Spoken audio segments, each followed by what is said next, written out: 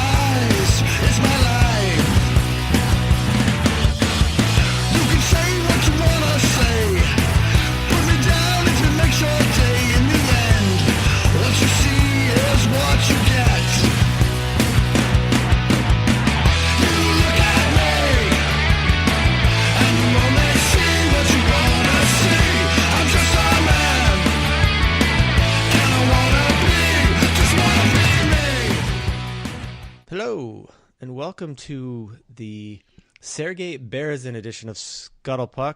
It's Sunday morning, April 8th. How's it going today, Dale? Things are good, Mike. Things are good. The sun is shining. It's a quiet house. Nice. I've got a coffee into me and a beer ready to go. You're always prepared. I like it. I try to keep up to you, but you set a pretty high standard. Yeah, indeed.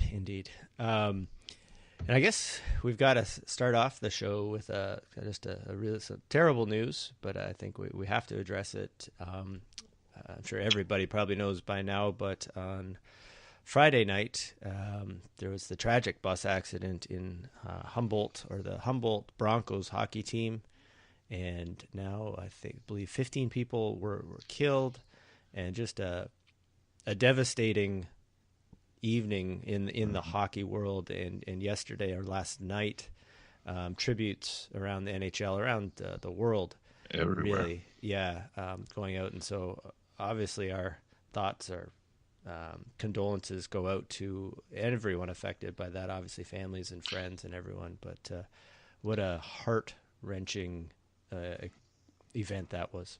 Yeah, there are tributes all over, and I watched a little bit of the updates this morning on TV, and all I can think, all that comes to mind, other than, you can't make sense of it, other than you look at this, and if this doesn't tell you what hockey means to people, then there's nothing else, right? Like, I mean, everyone that has anything to do with hockey is, immediately responds, and I'm sad about that, but I'm also kind of touched when I see all the different people that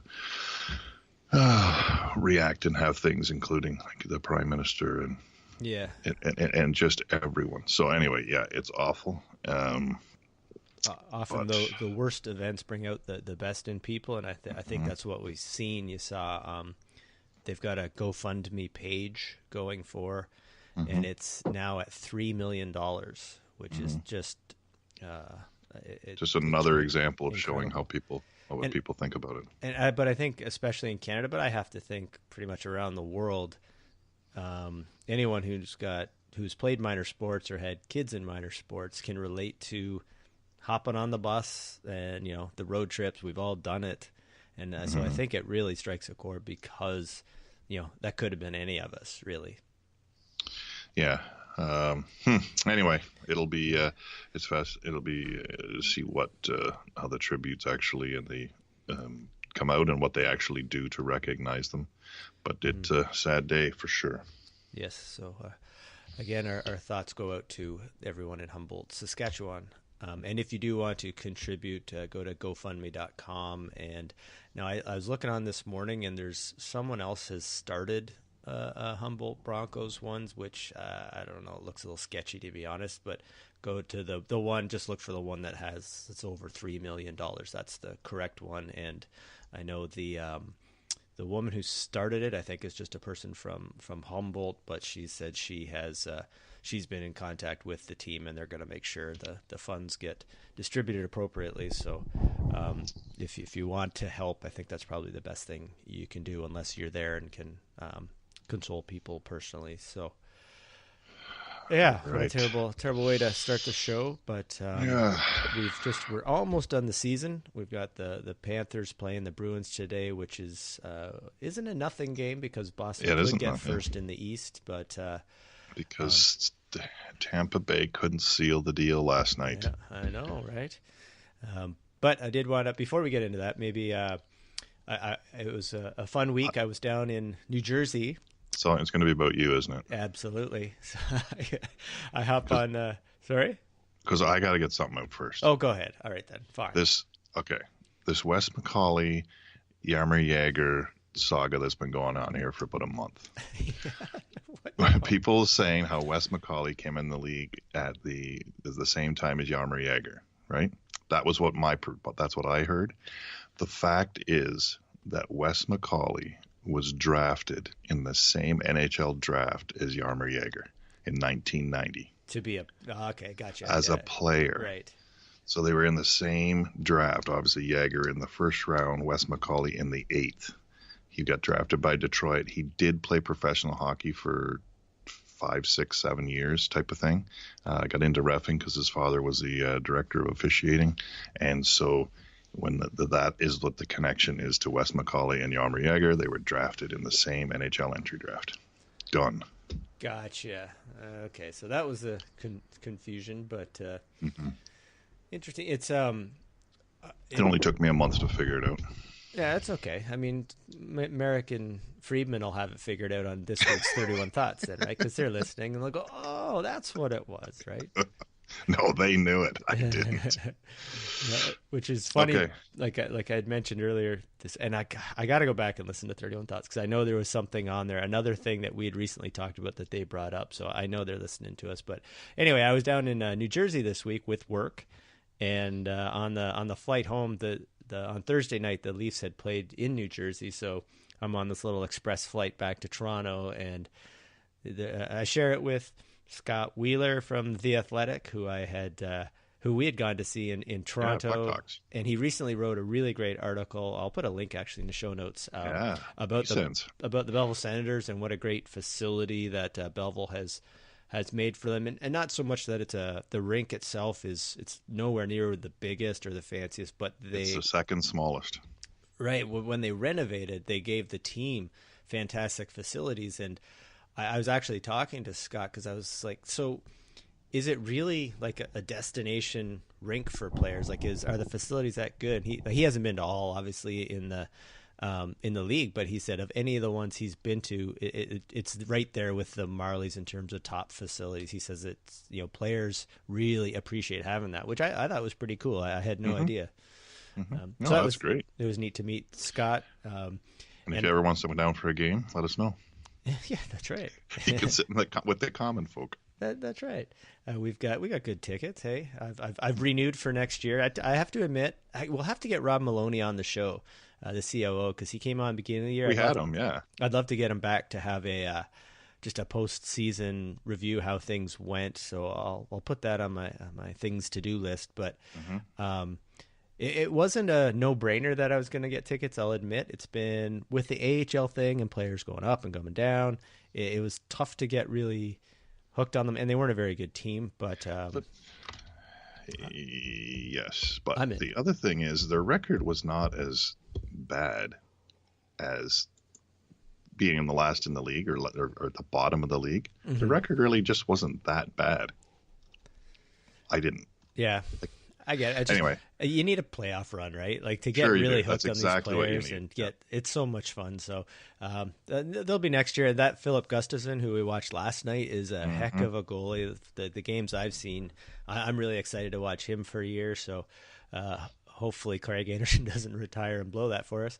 But anyway, on my way back, I met Paul Hendrick on the UP Express from the airport for the personality for the Leafs. So, and Joe Bowen was on the plane as well. So it was kind of cool. You just did like a name dropper. You're like hanging out.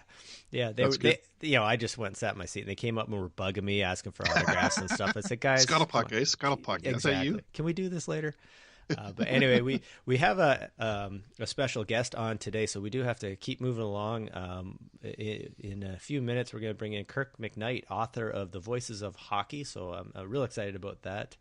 Las Vegas author, and he's going to talk to us about the Golden Knights too. So that's pretty cool. But why don't we jump into some feedback and milestones? We'll get those done, then we'll call in Kirk. But just a quick on the feedback, I have to say thanks to Cam McClendon for sending us the info, having a conversation about the goaltender interference call between Florida and Nashville, where Nashville appeared to tie it with a few seconds left, or right at the not even few seconds. Carrie Underwood didn't like the call, but what did you think? So as I told Cam, that was goalie interference the way that it has been interpreted most commonly all year. Yeah.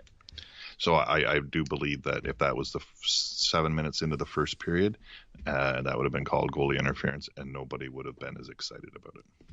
I agree, and in my forget about what the rule is, that should have been, to me. The goalie's got the puck covered. You can't push him to pull it out, right? Like I was good with the call.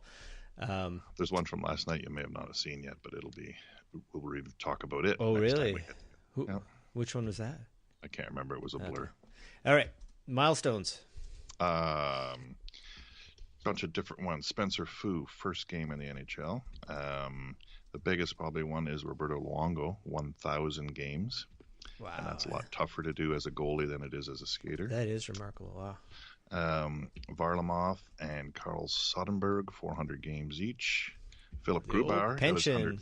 Yeah, the pension boys. I got a good every week. I'm going to talk about somebody who hits 400 games. Yeah. Philip Grubauer, 100 games. Ex-Belleville. Jonas Brodin, 100 points, and 3 new referees made their debut in the NHL this week, which is an interesting kind of thinking of, should they come in on the very beginning of the year kind of new, or is it good to throw them in for a couple of games at the end of the year, maybe in a nothing game, maybe get their feet wet. So I wonder if that's their strategy. It must be, right? It must be, because and now now the referees retiring kind of before the last week. Yep. So I like how you look out for the refs, Dale. I like that. And I'm not even a ref. I don't even know why I do this. Yeah. But these guys all, and it's interesting, they all have hockey experience. All these referees that are coming in now. Corey Sivert, Cameron Voss, and Reed Anderson. Oh, all right. Welcome to the NHL, guys. Welcome. Like I'm in the NHL to welcome. Hope we never hear your name again. Yeah, that's right.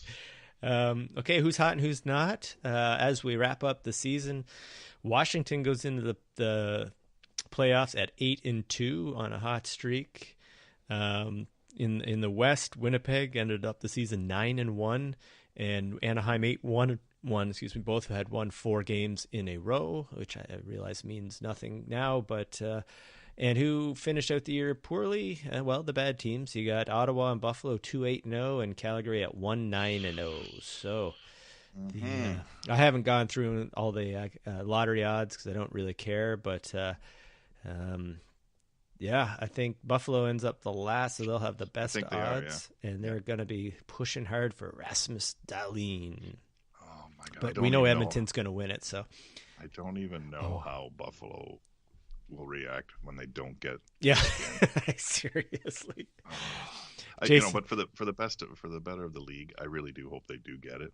Like, I think that would be the best thing for the NHL. Well, come on. Ottawa needs their superstar Swedish defenseman, and they're not going to have Carlson anymore because we saw, might as well talk about it now, in Carlson's last game at home, and he's not even playing the final games because of with his son, and his baby was terribly stillborn and really sad, so he took the last few games off. Which is whatever, but he went into the net and grabbed the puck. So he might as well just stuck his middle finger up. It's just like it's pretty clear he's done in Ottawa. Eh? Mm-hmm. I don't think there's any question about it. Which is that surprised me. I guess it doesn't surprise me with the trade deadline and stuff. But I really thought, I just can't imagine letting that guy go. But that's Ottawa for you. So they're a mess. The fire started. You can't. Yeah, I think you're right. You can't put it out. You have to let it burn out. I think you could if you really wanted to, but there's no way Melnick would. So anyway, let's go to the Department of Player Safety, because there's been some interesting things this week. They've been a little bit busy, not with anything big, but yeah, you sent this to me. Yeah. My big beef is I got to watch the goddamn Sunquist advertisement every time I play the video. Isn't that? You got to go to YouTube or something. It's so the NHL. And if you want I want to watch that again because I missed something. You got to watch the stupid ad again. My God, that's frustrating. The NHL.com is so bad. Anyway. So okay. Brad Marchand gets $5,000 fine for cross-checking Andrew McDonald in the face when he's down. That's $5,000. And Matheson there for Florida gets a $5,000 fine for embellishment. So embellishment. Was there a penalty called on the play? I don't think there was nothing. It was a nothing play, but it was nothing. There wasn't even how do you embellish something that wasn't even called? I get the part. They just said he went down easy to draw. No, they must have given him a penalty. I think there was a penalty. I think it was an interference penalty on the play. It wasn't the referee in the video. It had to have been the guy in the back. Yeah, I think there had to be, right? If there wasn't, maybe there wasn't. I don't know. But it's so let's just talk about the Marchand. Forget about Matheson and all that. So we are helping introduce, goon hockey is on its way back, because if I was a coach and I was going to say it's going to cost $5,000, just go and crack those guys' teeth out and get him out of the game. Yeah. So, I mean, if I think he got visor, so it didn't hurt McDonald. But if why get are into you this hurt or not hurt argument. I know this is what they do, but I'm like, okay, Marchand's been suspended twice in the past year. He's been suspended 6 times in his career. He's a repeat offender. He's obviously not learning. Why wouldn't you? It should have been, and just because of his history. Anyone else does that, I get it. Maybe it's a fine. Your first time, I'm going to cut you some slack here because it was a brutal play. So it's got to be something. And a penalty. I mean, he got a penalty, but he only got a 2-minute minor, right? Right, but I mean, looking at that should have been 5 games. It should have. Yes, it could. It should have. It could have been. Yes. I'm saying because Marchand's had been suspended so many times, he's not getting the message, and it wasn't the most egregious thing in the world. If someone else did that, that's not a 5-game suspension. But for Marchand, they've got to be escalating this to say, listen, you retard. Pardon, that's an offside thing to say. I apologize, but it's so wrong. That he gets a $5,000 fine for that. Mm-hmm. Do it every game. Yeah, he's not learning. He's clearly not learning, and that's certainly not going to make him learn. That's just the price of doing business for him. All right, I'll pay your parking ticket. That's okay. Yeah. So, I think, and so in that same vein of whatever this embellishment fine of $5,000, right? So now we can't use the monetary. Fine to be a comparison because they're in the NHL thinks they're exactly the same. Exactly. That's why I brought the math and stuff. Exactly. I'm like, okay, so in the NHL's in the call, I'm going to say it, Colin Campbell, because we know he's pulling the strings at the Department of Player Safety. Because anyway, in their minds, cross-checking a player when he's down on the ice in the face is equivalently egregious as going down a little bit easy on an interference call. They're the same penalty. That's right. That's asinine. Do they look at this stuff and go, "Holy, maybe we're sending the wrong message here"? It's a joke.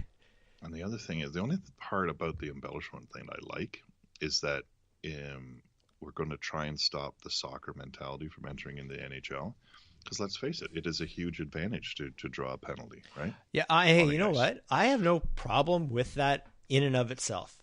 Mm-hmm. You got, hey, we don't want guys diving all over the ice because it looks bad and it frustrates fans, it frustrates coaches, frustrates players. It's bad. I get it. So $5,000 for Matheson, if they feel this is it's the second time I think that he'd gotten a warning. If they think he deserves a fine for that because it's the integrity of the game, by all means. Yeah. But how does Brad Marchand get the same fine for checking a guy in the face when he's on the ice? I know. It doesn't make sense. It's just ridiculous. That's why we call them the dopes, because that's right. It's It's Now, does that the Matheson one wouldn't come from the Department of Player Safety, would it? You know what? That's what's even stupider, because it's in there. It's on their website. Yeah. Why? What's embellishment have to do with player safety? Player safety. No, exactly. No, but that's where it is from. They're just fucked. I'm sorry. The money goes into the same pool. That's oh my God. What a ridiculous league. That they've got to change something there. It's just a joke. Anyway, shall we bring in Mr. McKnight? I'd love to. All right. Well, let me see if I can get the technology together here. And now, on the line with us all the way from Las Vegas, Nevada, author of The Voices of Hockey, Broadcasters Reflect on the Fastest Game on Earth, Kirk McKnight. How you doing, Kirk? I'm doing great. Nice and early. Yeah, so being in Vegas, you're 3 hours behind us, so it's about 7 a.m., so we definitely appreciate you getting up early. This is usually my third hour of being awake, though, so don't worry about it, guys. I'm just joking. Jesus. Well, yeah, me too. I'm always up at 4 a.m. on a Sunday. So, yeah, it's we're pretty excited to have you on, and I've got the book here, and it's funny, when you reached out, I was intrigued right away because I know Dale recently read Bob Cole's book, and obviously a famous broadcaster in Canada, around the world, really. So I'm curious, what inspired you to write a book about broadcasters and hockey in general? Well, this is my second book. So my first book is called The Voices of Baseball, and I spoke with Vince Scully, Dick Enberg, and 34 other broadcasters from baseball, where we discussed, their most memorable moments in the booth, what makes each stadium different, things like that, what makes each ballpark different, how they play.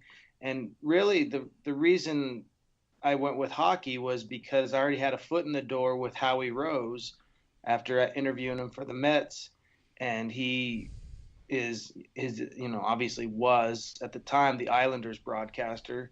But I also love hockey. I don't love it as much as baseball, but I do have a love for hockey, and I respect it so much more as a sport. And more than anything, I respect the craft of broadcasting hockey.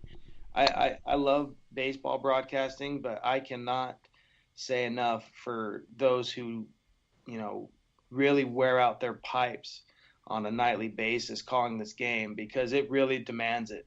If you're not even on top of it, if you've got even a little scratchy of a throat, call it in for the day, because this is something that's so demanding, and it just requires your all.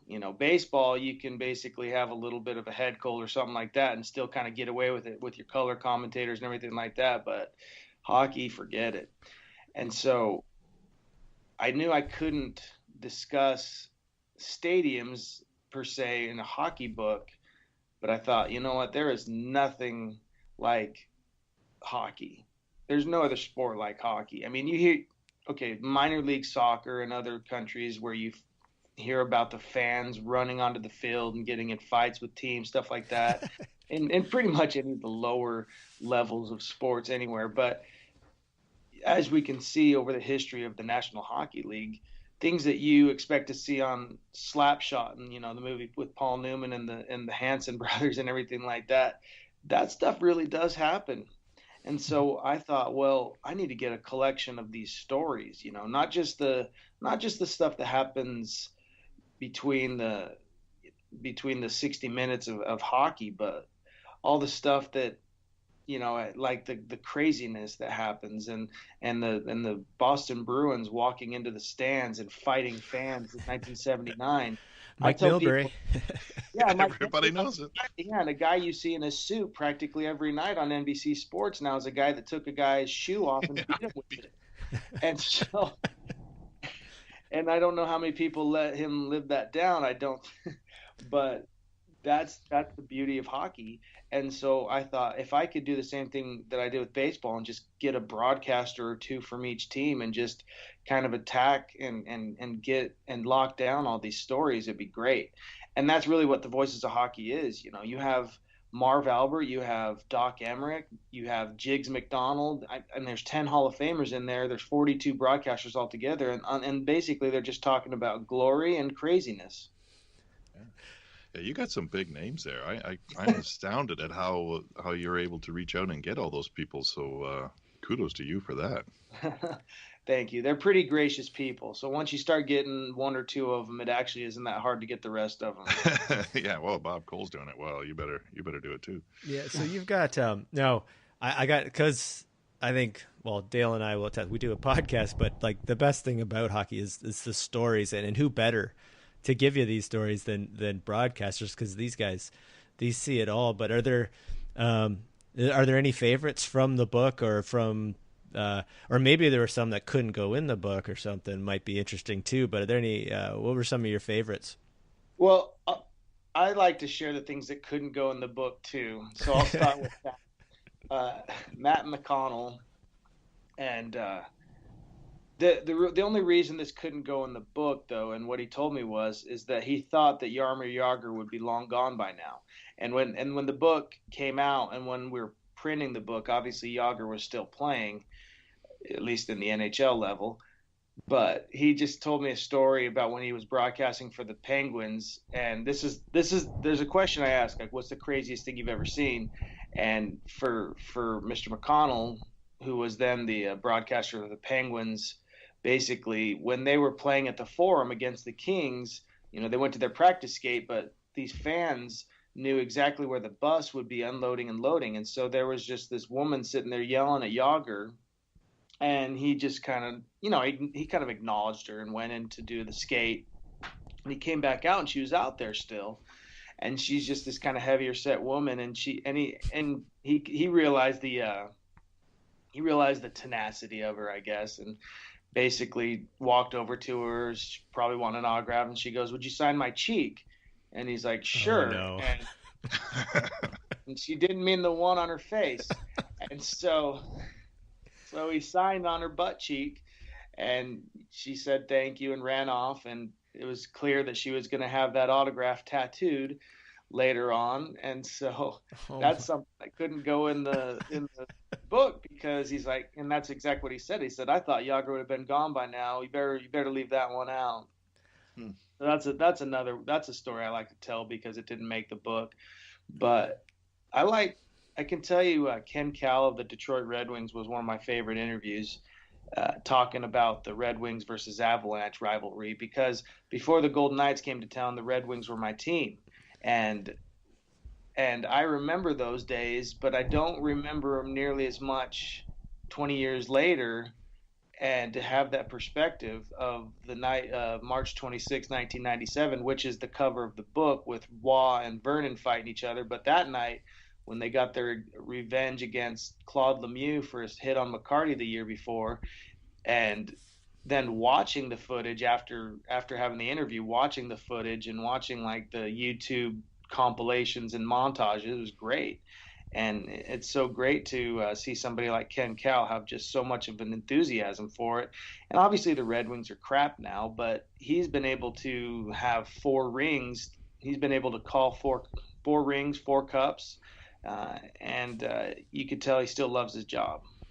Yeah, funny thing about that is Darren McCarty played junior hockey here in Belleville, where we live, and his father, he married a Belleville girl. His father-in-law used to sit in front of us at the Belleville Bulls games, and I remember him telling us that Darren McCarty said that was the highlight of his NHL career. That was the most fun he had playing hockey, was beating the crap out of Claude Lemieux. Oh, and he scored the overtime. And scoring the overtime winner. Yeah. No, but it was more fun beating up Lemieux. And How do you explain that to somebody who's basically kind of like a novice nowadays learning hockey, that somebody got in the middle of the rink and just pummeled a guy and was still in the game to score the overtime winner? Like, how do you explain that by today's rules and everything like that? It just doesn't happen. If you get in a little scrap in the corner, if it goes on long enough, you're out of the game right there. Yeah, exactly. Well, this is I'm glad you got that story up because I was trying in my mind to figure out how a story about NHL broadcasters has a goalie fight on the front cover of the book, and now I know. Yeah, I mean, that's the beauty of it. With baseball, you can put like somebody like Vince Scully. He's on the cover of my baseball book, and you can do that. And people are like, oh, okay, but I don't think it captures it just as quite as much as what I was trying to do. If I just have, I guess I could have had I could have had Foster Hewitt in his little telephone booth, kind of broadcast booth that he kind of did when he first started out, but I don't think that would have gotten the message across as much. So I tell Red Wings fans, I say, hey, just buy this book just to have it in your office and put it on your shelf. It's just like having an 8x10 of a Sports Illustrated issue or something. That was a great fight, actually. Vernon and Waugh going at it. Yeah, Shanahan spear tackling Waugh on the way to the fight was great too. That was hilarious. And then Vernon was like, okay, it's my turn. This is us. That's all. Now I am curious. One thing one of my favorite things about doing the podcast is meeting people from really around the world and getting their tales of how they came to hockey. Because Dale and I live in a small town in Ontario, and everyone plays hockey. You don't have to ask the question, how the hell did you get interested in hockey? But you're from Las Vegas, so how did you come to the game? Well, I used to play street hockey a little bit. I felt like that was what I was street hockey. There's no ice in Vegas, let's be honest, or there wasn't. So, I played street hockey as a kid, and I was just fortunate enough to grow up when Mario Lemieux and Wayne Gretzky played. And that's the thing. When you have those two players, it's kind of hard not to love the game. Those were two of the most amazing players to watch. I didn't get Gretzky, games in Edmonton and stuff like that. Plus, I was a little younger at the time when Gretzky was just absolutely demolishing it with that line with Messier and Yari Curry and Paul Coffey and Grant Fuhr and all those guys. I didn't get to catch those games, and so, but I still got to see Gretzky on a regular basis because the Kings broadcast here in Vegas. They broadcast, with Fox Sports and things like that. So I was able to watch those games, and then I was able to catch Lemieux on the highlights, on ESPN. This was back when ESPN actually gave a crap about hockey. Yeah.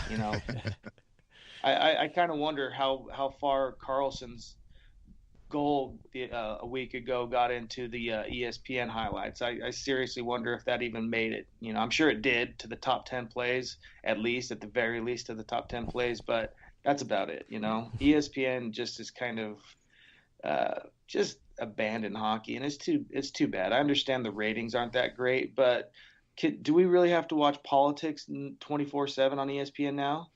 My nickname for ESPN is Enough Sports, Politics Now. And that's exactly what it is lately. And I'm just like, well, there's a lot more interesting things going on in hockey. You don't have to sit here and talk for the umpteenth time about this, this trial or whatever is going on. It's just and so back in the day, it wasn't like that, and ESPN was showing and showcasing these games, and so I was able to watch Lemieux on a primetime game. We didn't have Hockey Night in Canada in that broadcast, but we would have ESPN games, and I'd catch the ones that I could. And so, yeah, I just was fortunate enough to be, grow up and watching my sports, baseball. In the off season of baseball, I had hockey, and then the off season of hockey, I had baseball. Nice. So the Vegas Golden Knights coming to your town, like that's just the most perfect thing. Well, I did time it. The release of the book to coincide, and the paperback release of the book did coincide with the Vegas Golden Knights playing their inaugural season. The hardcover copy of the book, which has about 15 pages less material, came out a year earlier, and we had been announced that we would get a team, and so people were into it, and they were doing interviews with me on the news, and and I was doing book signings. So I timed that right, but it also was great to basically talk with the broadcasters because they would ask me, they're like, how do you think hockey will do in Vegas? Because it was before we were given a team. When I was interviewing the broadcasters for this book, it was back in 2015, and so we hadn't been granted a team by Bettman at the NHL until I think it was the summer of 2016, I believe. It had to have been the summer of 2016 when we actually got the team.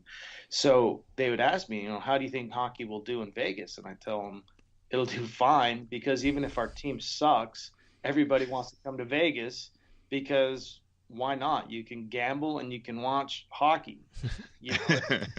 If you're a hockey fan, and we saw that all year. You saw how, I saw on the broadcast and going to the games, the Golden Knights games, how well these teams were traveling.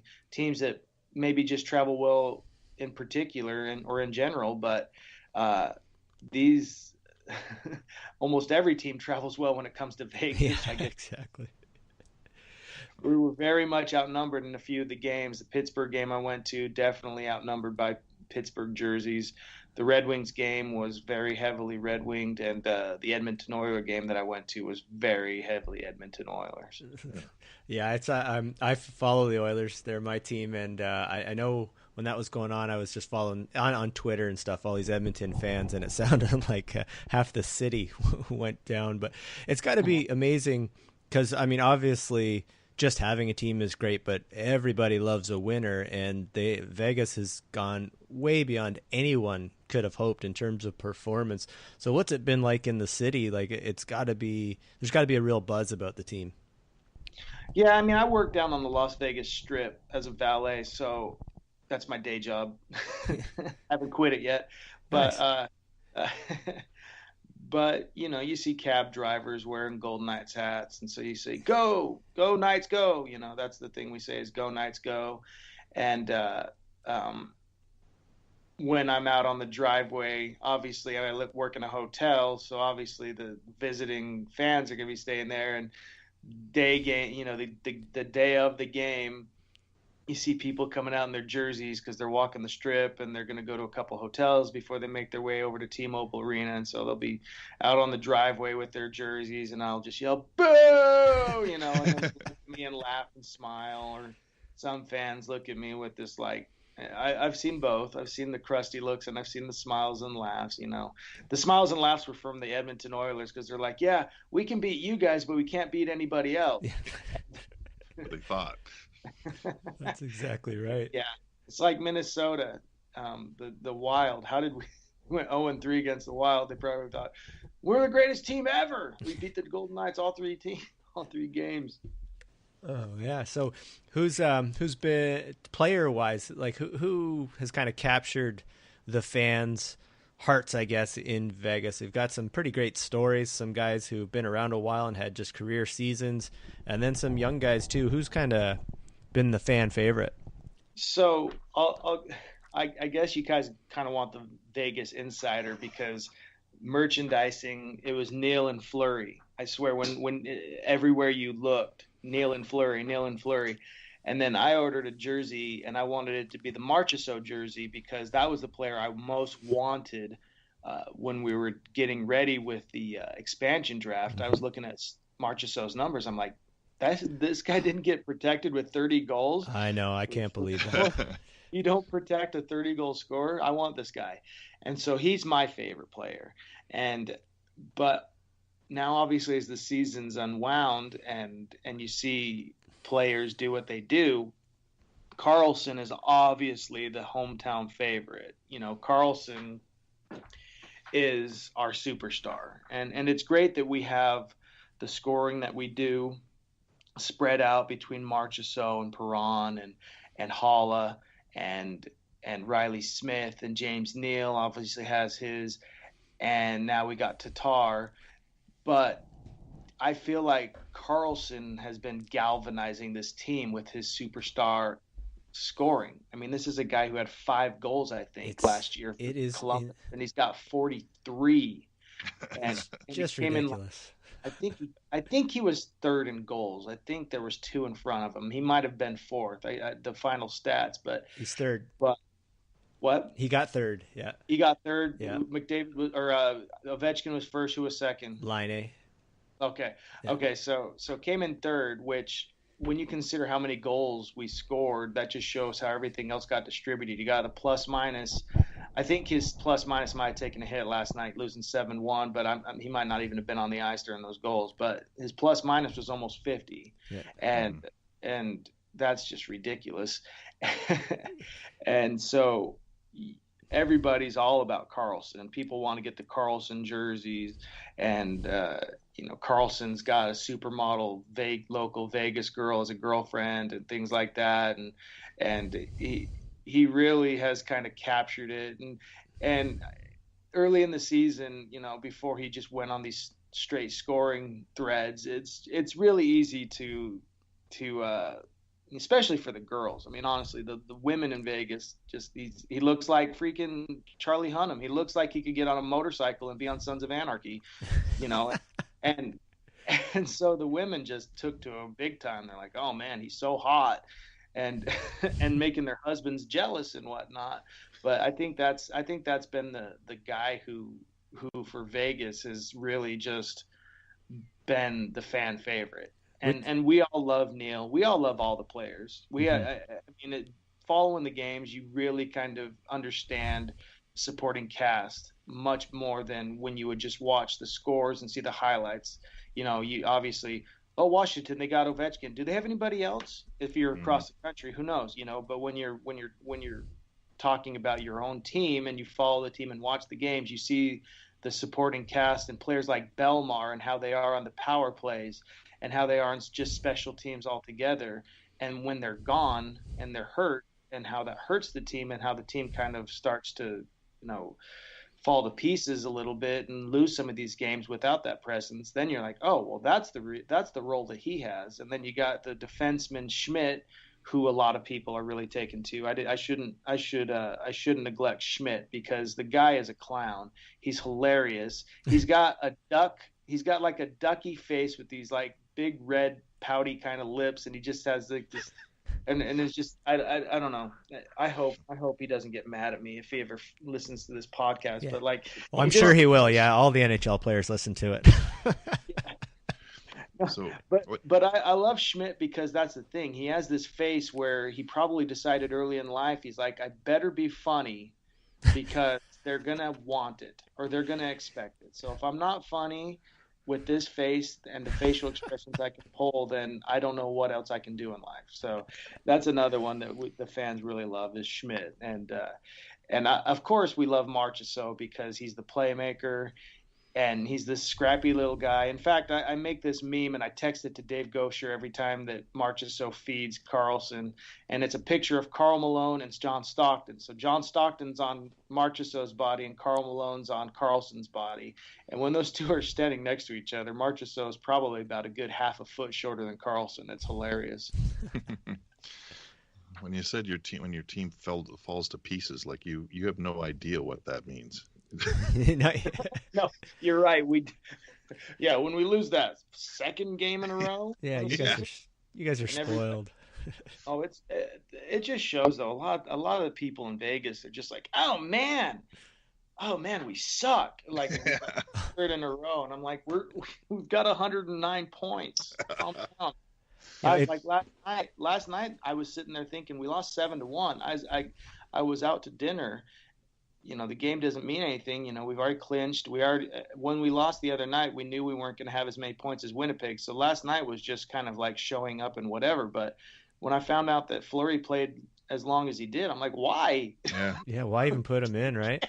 I do think it's great that William Karlsson is kind of the guy like him and Marchessault, because you've got Marchessault locked up for 8 years, I think, and Karlsson's an RFA, so you'll get him signed. But I mean, the reality is, and this will maybe to a lot of the newcomers to the sport in Vegas, guys like James Neal, who's been a heck of a player, is probably, maybe he will re-sign, but there's a good chance he won't come back. There's several UFAs that are probably going to get moved out, but if guys like Carlson have kind of are the fan favorites, they're going to be around and they can be the core for a long time. Mm-hmm. I really just am waiting for that day that Carlson signs, because I think it'd be in his best interest, because he plays that line of him, Smith, and Marchessault is one of the, I think it was the tied for the top as far as the goals they're responsible for scoring between those three on that line. I think it was the top in the NHL, at least tied for it. Oh, it's got to be, right? Hey, so I got to ask, and this just kind of go back to the book and broadcasters, because one thing, and I'll tell a bit of a story, and I will get to the question, but I never, growing up, you listen to broadcasters all the time, and I kind of never had this sense, or just never thought about how they value and how they, part of their legacy, I guess, is big calls that they make, right? And they want to call the big event, and they plan for it, and they want to get the big call. And the first time it ever really occurred to me how important it was to the broadcasters was during a Belleville Bulls game, actually, Dale. I don't know if you remember, but back in the probably around 2000, they were a really good team. They had a player, Randy Rowe, who was going to break the record, and I think it was record for a Belleville Bull in terms of goals. Anyway, it doesn't matter. So Jack Miller was the voice of the Belleville Bulls forever, since the team had come into the league in '84. And we had been watching this guy. He was going to break this record. They were waiting for it to happen. And on the night he happens to do it, Jack Miller's calling the game with his color commentator, who was just, this is radio for junior A hockey. So this isn't a big name guy. He was kind of like, I think, Bull staff. And I think he was actually filling in for the normal guy. So he's just kind of this young kid thrown in to do this. And Randy Rowe scores the record-breaking goal. And the guy, the color guy, comes in and he goes, "He did it! He scored the goal!" Right? And and I'm listening to it, and I'm not really thinking whatever. And then all I hear is the guy going, "I'm really sorry, Jack. I'm really sorry." And he must have apologized 30 times. So Jack Miller must have been looking at him. He didn't say anything. Oh, I like you could tell just from how the guy was apologizing. Jack Miller was irate that he stole his call, and that was the first time it ever really occurred to me. And I imagine you got the sense talking to all these guys how important that is to them. If you don't mind me using a story from my baseball book, please do. This is perfect, because when Cal Ripken was the night that Cal Ripken passed Lou Gehrig for most consecutive games played. Camden Yards, Baltimore Orioles. John Miller, who now is the voice of the San Francisco Giants, he's a Hall of Famer, probably my favorite person from any of these two books, because he's just been so graceful, and he's also somebody I just loved listening to. But he's in the booth, and the night that Cal Ripken passes Lou Gehrig, President Bill Clinton is in the broadcast booth. Baltimore, this was before the Nationals, so the only game for the DC area was the Baltimore Orioles. So the Nationals were, the Expos were still in Montreal. So Clinton's in the booth sitting there talking, and Ripken hits a home run on this game. On his night, he hits a home run. And Clinton's like, "There, go, yeah! Like, this is the time for John Miller, like, and there it goes in the deep drive," or whatever, whatever John Miller would say. And President Clinton is shouting over him. And John Miller was like irked a little bit by it. You kind of like, what in the world? This is not broadcasting etiquette. He's like, what am I going to write a letter to the White House? But after, he's like, he's not allowed back in my booth. But he shouted over, and that's how it came on the broadcast. He shouted over him. And the thing is, though, and this is John, he's just so humble, and he's such a great person that he's just thought about it. And after being a little kind of maybe peeved about it and didn't get on the call, he's like, well, this is the President of the United States of America, and he is leading the cheers for Cal Ripken on this memorable night, this historic night. So that's probably the way it should have gone. So, yeah, there's a big difference between the President of the United States and the color commentator. But as far as other calls, obviously one of the biggest calls, and this is my regret because I couldn't get Rick Genera. Sorry. Couldn't get him. I talked to him on the phone. He said, I'm doing my own book, so I'd like to help you, but I can't right now because I'm doing my own book, and I kind of want you to save that for the book. And I said, that's fine. But he did the Mayday call, and that's one that's big. And in the paperback, did you guys get the paperback or the hardcover? Yeah, I got the paperback. Good. Okay. The paperback includes Gary Thorne. I talked to Gary Thorne for the paperback. He's one of the 8 broadcasters, along with Marv Albert and a few others. But Marv and Gary are in the paperback, and Gary talks about calling Gretzky's 802nd, right? That's the one that passed Gordy. Yep. Yeah, so he called his 802nd, passing Gordy, and just, he said that's his most memorable moment. It's probably his most memorable moment over baseball and hockey, honestly. I mean, if you talk about somebody, scoring and passing a record that nobody in their right mind would have thought. I mean, freaking, how long did Gordie Howe played when he was like 50 years old? I know that he was in the, I know that the Whalers and all that were playing in a junior league, and so his stats wouldn't have counted towards NHL. But I mean, the guy was like 50. He was Paul Newman in Slapshot. 52. He was 52 his final year. Yeah, I actually saw him play in his final year. But he actually almost also played a professional hockey game in his 60s. Right. And that's the thing. He is Paul Newman in Slapshot, and Gretzky, the young-faced Gretzky, mm-hmm. and timeless Gretzky, and just the way he played and passing that and breaking that record. I mean, Ovechkin got a 600 this year, and that's incredible. But you're like, is he going to score 800? Who knows? I don't know. I mean, he's played quite a long time, so 800 just seems like such an insurmountable task. So scoring that 802nd, that was a huge call for Gary, and so he was, he obviously was very happy to have been on that broadcast, and that was the thing you kind of anticipated going in there. That's a nationally televised game for America, for the United States, and then broadcasting on ESPN. So you have the pressure of that going into it, and he knew he had the pressure of that going into it. He's able to capture that moment. That's awesome. Wow, I could ask you a million more questions, but I only want one quick one. This is kind of a little off the track, but as far as podcasts go, how do we compare to Sheriff Lawless and a guy named Dave?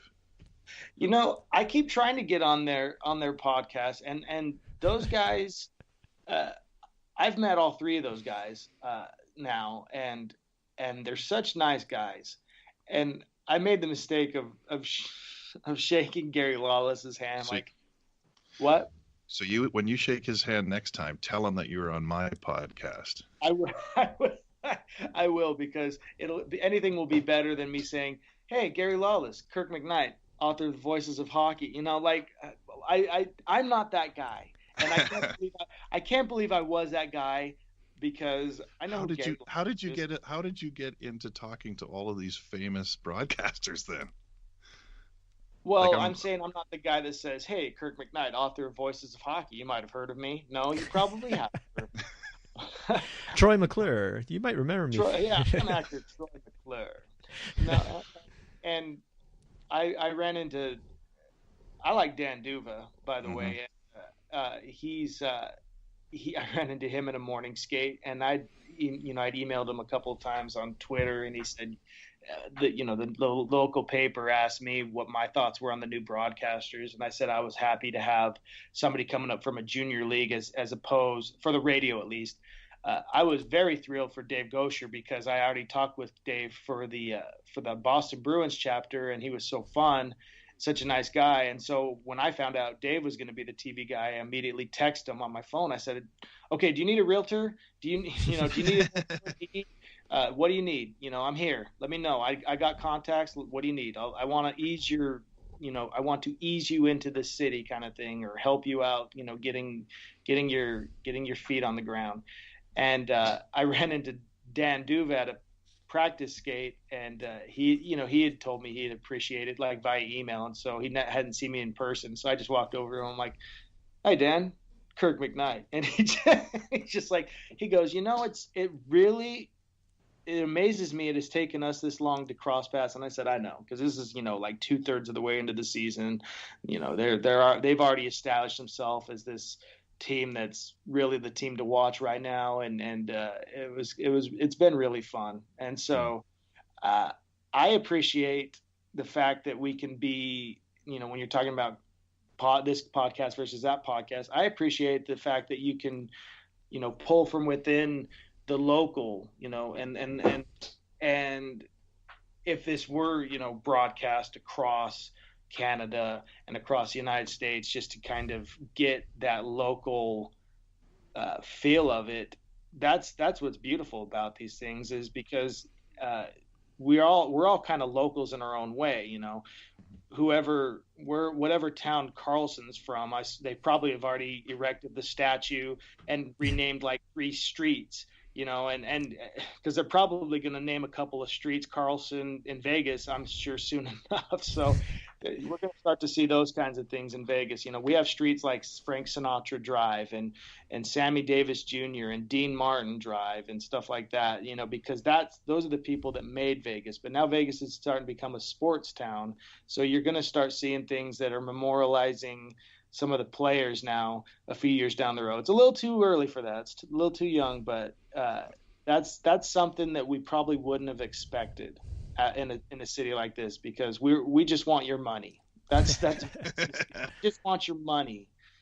That's really what it's become now, because I feel like the hotel and tourism industry is just totally just screwed visitors. And I'm surprised that people still come to this town, because it's not the way it used to be. It's not the way it used to be, where you go lose your money in our slot machines, but we'll feed you for $6, all you can eat. And it's not like that anymore. Like, and I'm really glad that hockey and a successful hockey team has taken that away from, he's taken that off of our minds. Really, it's distracted us from it. It's distracted us from the fact that you have to pay $25 now to park on the strip, whereas it was free, because, hey, we want your money. We don't want your money in the parking lot. We want your money in the casino. But now we want your money everywhere. Well, naturally. So Dale, you got to tell him. You got to tell Kirk about why Gary Lawless. Oh, he's a high school friend of mine. Oh, so then you could have walked up to him and said, "Have to introduce yourself." Oh, I have. I would. I've been trying to get him on this podcast, so I'm going to use that as leverage now. I'm going to use your name to get him on our podcast. Oh, yeah. Use my name. Oh, that guy I met in the first game. Yeah. But you should call him Teddy Bear, right? Yeah, Teddy Bear. I really am glad for some of the guys that they've brought in, and I do talk to these guys. I see him and I say hello to them if I get a chance, because they're out there, they're out and about. Not everybody would recognize him. I had to have Dan Duva pointed out to me, because he looked totally different than, he's lost some weight since his days calling over at the Syracuse, and obviously Gosher is an easily recognizable person, and so is Shane Knighty, because those are the faces of our broadcast, basically. They're the ones that are on the scoreboard. They're the ones who do the public service announcements and things like that. So those guys obviously are going to have their free drinks and free meals now, and obviously the players are going to get their free drinks and free meals. I'm starting to recognize some more of the players by their face. That's one of the things about me in sports, is a lot of times that there weren't like with football players have helmets on. I wouldn't know a football player if he walked up to me, but I'd know if Jonathan Marchessault walked up to me. I definitely know if William Carlson had walked up to me, because there'd be about 50 people behind him. It'd be screaming girls. It'd be like watching the Beatles go into Shea Stadium kind of thing. So it's a little easier to recognize some of those people. But I love the people that you might not recognize on the street either, and those are the people that you can sit there and have that conversation with. That's cool. And actually, I was intrigued. I read in the book the story of Clint Malarchuk because I recently read his book, The Crazy Game, and I highly recommend it if you haven't read it. But he talked about you mentioned that there was a line brawl, and he talked about that in his book. So tell us about what it was like to go to a Las Vegas Thunder game with your mom for your first line brawl. Yeah. I mean, it was in the second or third year of the team. So the first year of the team, I went to a bunch of games. I went to 10 Golden Knights games this year, but I probably went to about that many in the first year. But the second and third year, it kind of tapered off a little bit. You know, I was playing in a band. I was doing other things it's not at 16 or 17, you don't go with your mom to things, especially when you drive your own car. But it was fun. We just went to this game, and she obviously is not a hockey fan. Like, she obviously isn't from Manitoba or Saskatchewan. And so when this fight's happening, she's like, "Oh, come on!" And I'm sitting there just jumping up, and that's a perfect example of that. That's a perfect example of hockey coming into a place that's not used to it, and so and so it was fun. It was fun for me, and it was fun for me to look over and see the disgust on my mom and be like, "Well, this is hockey."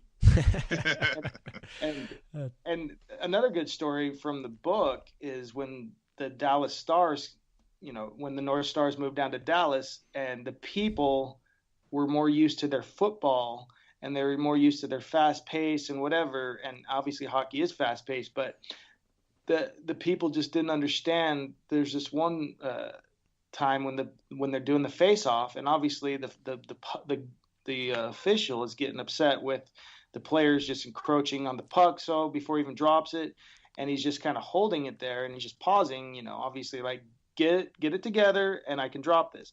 And the people in the stands, and they're Southern, and this is from Mike Fornes, former Hartford Whaler broadcaster and former Dallas Stars broadcaster, but just so quiet in the stadium, and somebody just yells out, "Just open your hand." And that's funny. And that's basically perfect to picture introducing hockey to a fan base who might not be used to the rules and just the way and the flow. So, and that's the thing with Vegas, we love it when there's fights. Obviously, we're a very please entertain us. So when Mr. Ryan Reeves comes over to the Golden Knights and he starts brawling with people, there's some of us who are like, "Okay, this is great, but we're not winning the game with you in the penalty box the whole third period." And then there's people who are like, "Yeah, kill him." So we have love-hate relationship with somebody like Ryan Reeves, or we did when he first came over, because I felt like this isn't the kind of hockey we've played to win as many games as we have. Like, this is kind of disrupting it. But I love the way Reeves is kind of fallen in. He's still a presence, but he's not sitting there in the penalty box the whole game like he was those first few games. Yeah, and he's a great guy too, actually. But I think we'll wrap it up there, Kirk, if we could. But why don't you let Scuttlepuckers know? Just tell them a little bit about the book and your other books, and where they can find you on social media, all that good stuff. Okay, so you can find me on Twitter at the Voices of MLB. And MLB is all caps, and that basically covers my hockey and my baseball. You can find the book. I know that the book is selling in Indigo stores across Canada, but if you can't find it there, just get online or get on Amazon. It's actually pretty economic on Amazon, considering if you have an Amazon Prime membership and everything like that and get free shipping, it's actually a very sensibly priced book. So that's usually where I tell people is just Amazon or go into your Indigo bookstores in Canada and you'll find it there. And just follow me at the Voices of MLB, and anything new and any upcoming news, I'll probably promote through that. You can also, friend me on Facebook too if you'd like. I don't really do much on Facebook. It's mostly on Twitter, and yeah, that's where you can find me. Well, awesome. Well, I really appreciate you getting up early on a Sunday morning, spending some time with us. It's been a lot of fun, and hey, maybe we'll get you back on again sometime. Yeah, I'm really appreciative you guys having me on. We'll see how the playoffs work out for us. We'll see how we are on the playoffs as opposed to the regular season. Well, continued success in that front and on with your book sales as well. Thank you, and go Knights, go! All right, thanks, Kirk. Thanks, you guys. Okay, well, that was a great conversation. What's that? Sorry, have you got the call recorder started? It's going. Yep. Good. Okay. Thanks. You're the man. But no, that was a great, fun conversation with Kirk. And man, that guy's got some. I can't believe the number of people, famous broadcasters, that he's talked to personally. Oh yeah, it's like he's got.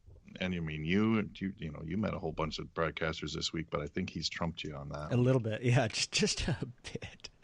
But no, that's fun. And like I say, I love getting people from. So now we'll add Las Vegas to the list of cities, faraway cities that we've had to manage to get people on the show. That's awesome. Mm-hmm.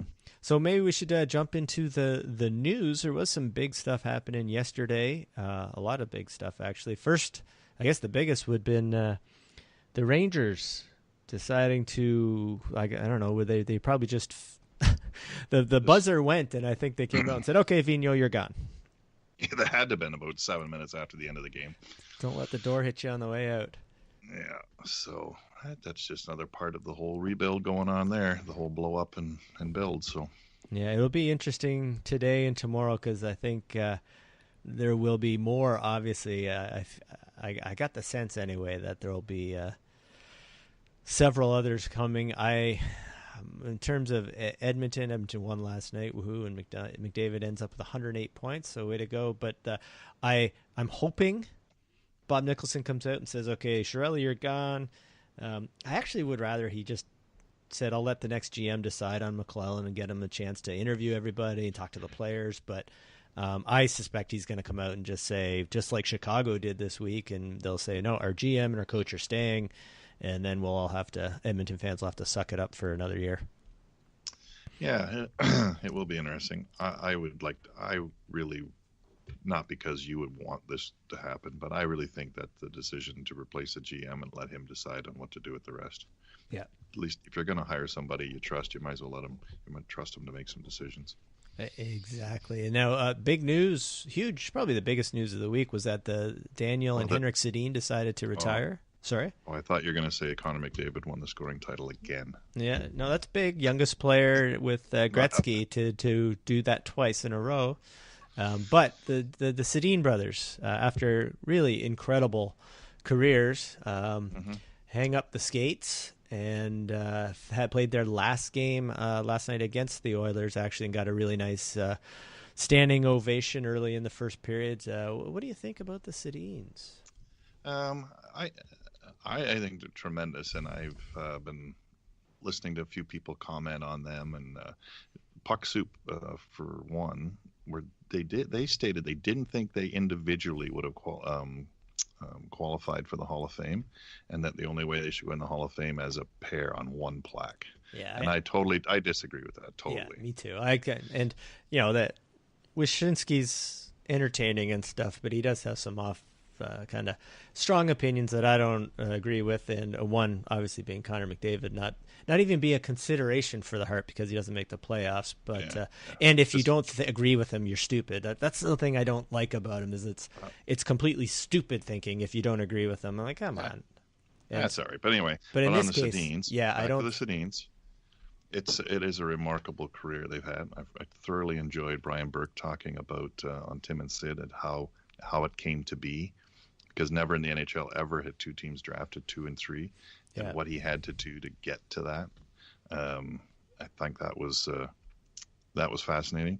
And the other interesting part was that Brian Burke said there were 2 people responsible for the Sedins being the players they are today, and one was Thomas Gradin, who was a Swedish player that played for the Canucks, and said, "You got to get these guys; they're the best." and the other guy was Mark Crawford, who was their coach, who turned them into hockey players. Wow. And, but you look at it, and if I don't think there's any debate that they're Hall of Famers. I don't know why you'd even consider it. 1,300 games played for Daniel. He's got he was a first-team All-Star. He was second place in the vote for the Hart in 1 year in 2010-11. He was second place voting for the Hart. He won the Lester Pearson. He won the Art Ross, and he had votes for the Selke. So you win the scoring title, and you get votes for the best defensive forward. Like that's saying something about your game. So I don't think. I was surprised that there. I guess someone's always going to say, "Oh, I don't think so," just to get clicks, right? And whatever. Sure, but I mean, I'm just astounded at their at the similarities, like how they both could consistently play that many games. People say, "Oh, Daniel's a better scorer." Oh man, I don't know if that's true or not. He scored more goals, but I mean, they are so equal in so many ways, and just at the longevity, like just to play that many games together, it'll never be matched ever. Yeah, no, it's just so unique. And then you look at Henrik, who did he got the Hart, he got the Art Ross, and he also that same year he got votes for the Selke. So just two remarkable players, and actually interesting listening to Ferraro on the Pulp Hockey podcast. Just things they did that changed the game, and I didn't realize it was them, but they were giving them credit for the kind of the drop pass on the power play, which is just the standard now for the approach to get the zone with the other team kind of standing still. And they gave them credit for that. And obviously just their ability to cycle the puck was uncanny. Oh yeah. And to fire those slap passes direction. Like, I mean, yeah, they really were something to watch. And back in those days when they were at their prime, man. And I just keep coming back to the fact how they still so similar they are, even when they're doing the post game pressers. Like, you can't tell them apart, and they're just so, I don't know, so unique. Yep, yeah, I agree, and I think they'll be in there, and like I think Ray and Steve Mathis said they'll do their speech together probably at the Hall of Fame. So yeah, a good story, Class X, and awesome careers.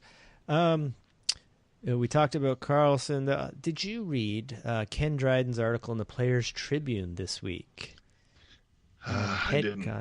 Oh, okay. I didn't read it all, but I know about it, right? Yeah. About head contact needs to be eliminated. Yeah, no excuses. No head contact, no excuses is kind of. And he put the book out earlier this year, and I'm trying to remember what it was called, but I'm drawing a blank on that. But he was interesting in the article. He makes a point early on. He just said, usually you write a book to thousands of fans. You're trying to get, there's an audience you're trying to reach, and it's a certain segment of the fan base, or there's certain people.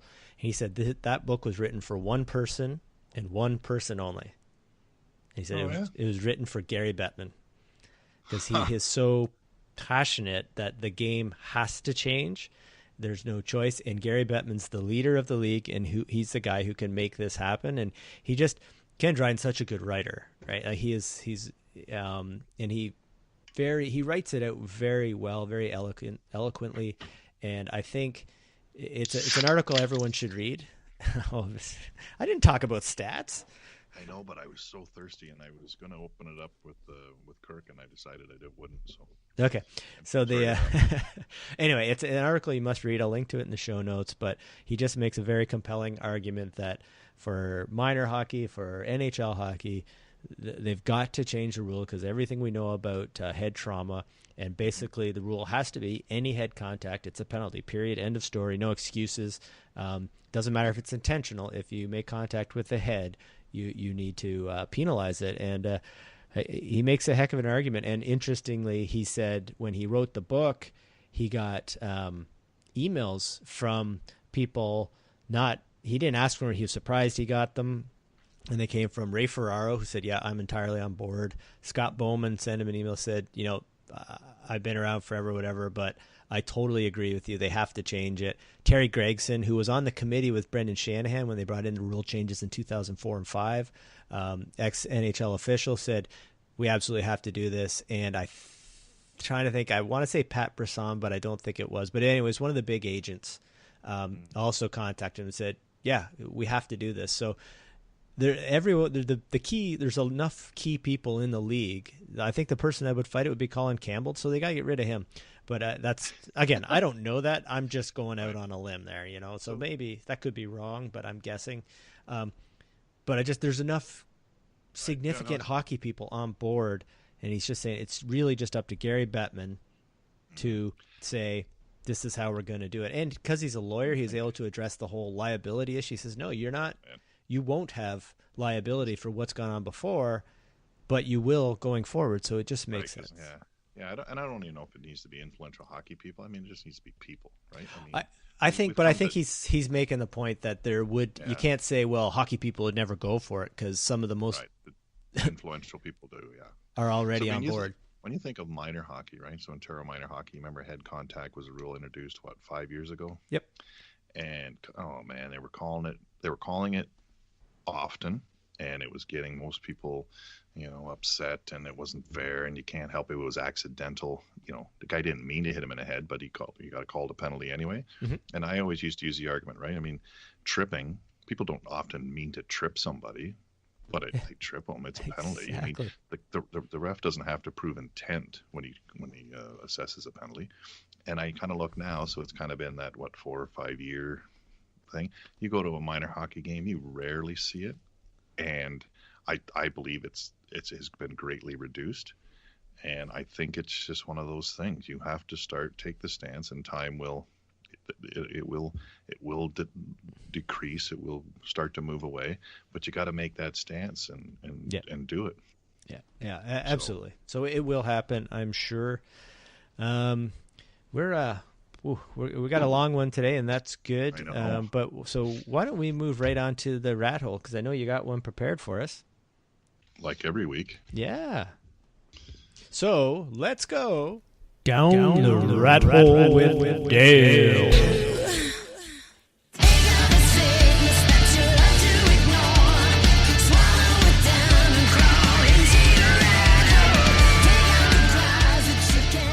All right, here we go. So this week it is on twins. Obviously triggered by obviously triggered by Henrik and Daniel Sedin. Everyone knows about them. I don't need to talk about them. 5 pairs of twins, identical twins, have played in the NHL. Did you know that? I did not know that. I can think of Rich and Ron Sutter, but I don't know of any others, I don't think. Again, Rich and Ron Sutter, probably the next famous pair. They were the first. Ironically, they played. They were very. Before the Sedins, they were the pair to talk about. 874 and 1,093 games, played junior together, played in the NHL together, both drafted in the first round. So, they were as close to the Sedins as anyone's ever got. Mm-hmm. Next pair, Chris and Peter Ferraro.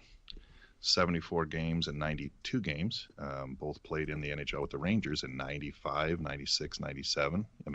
Again, not household names, but nevertheless, they played with an American junior system and stuff like that. But ironically, they played together.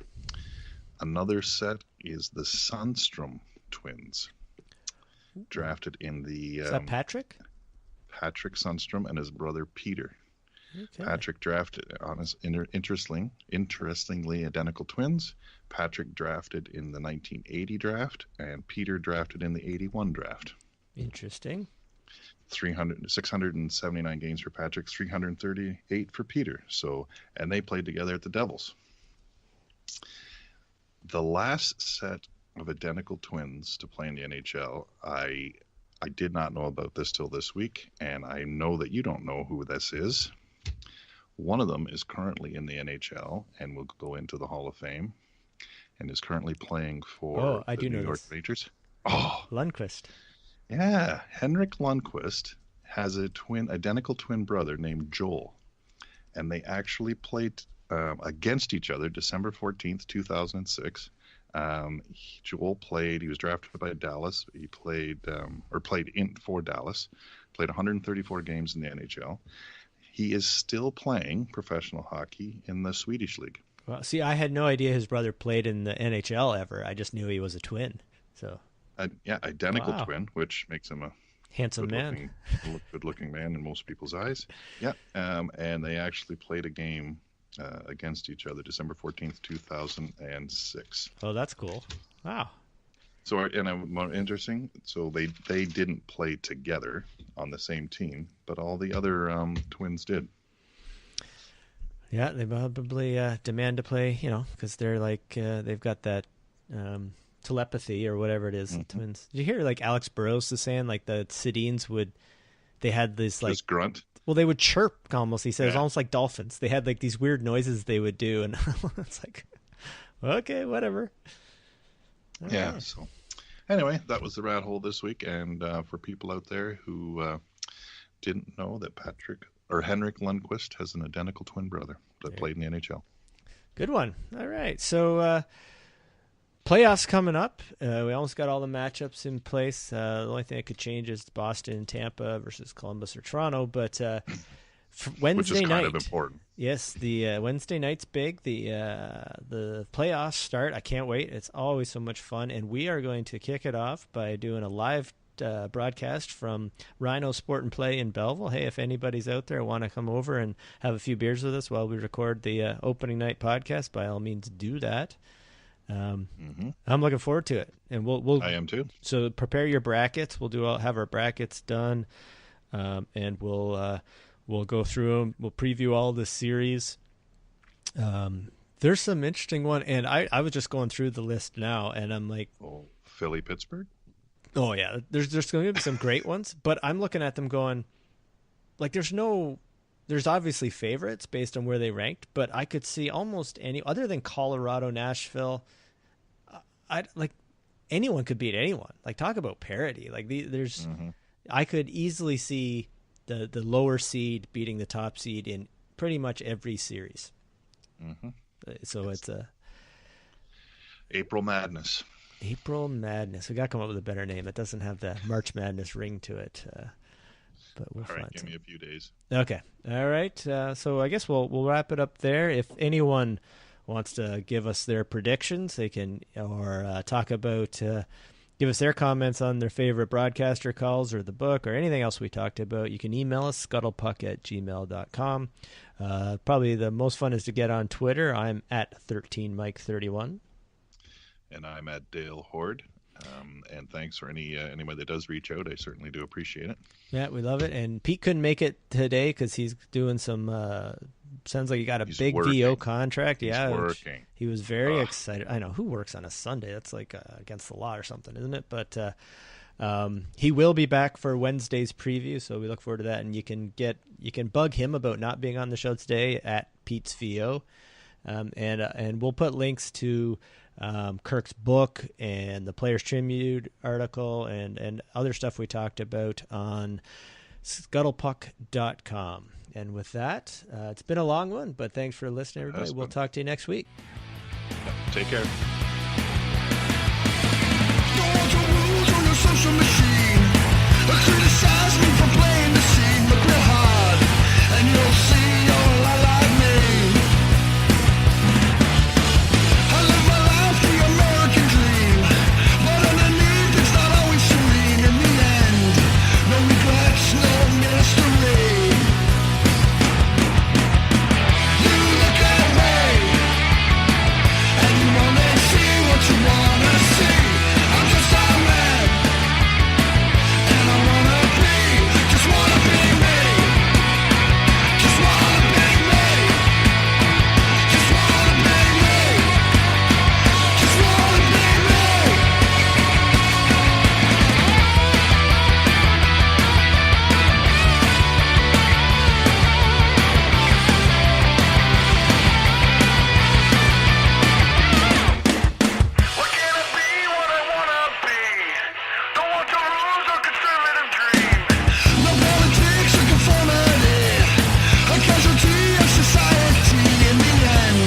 What you see is what you get.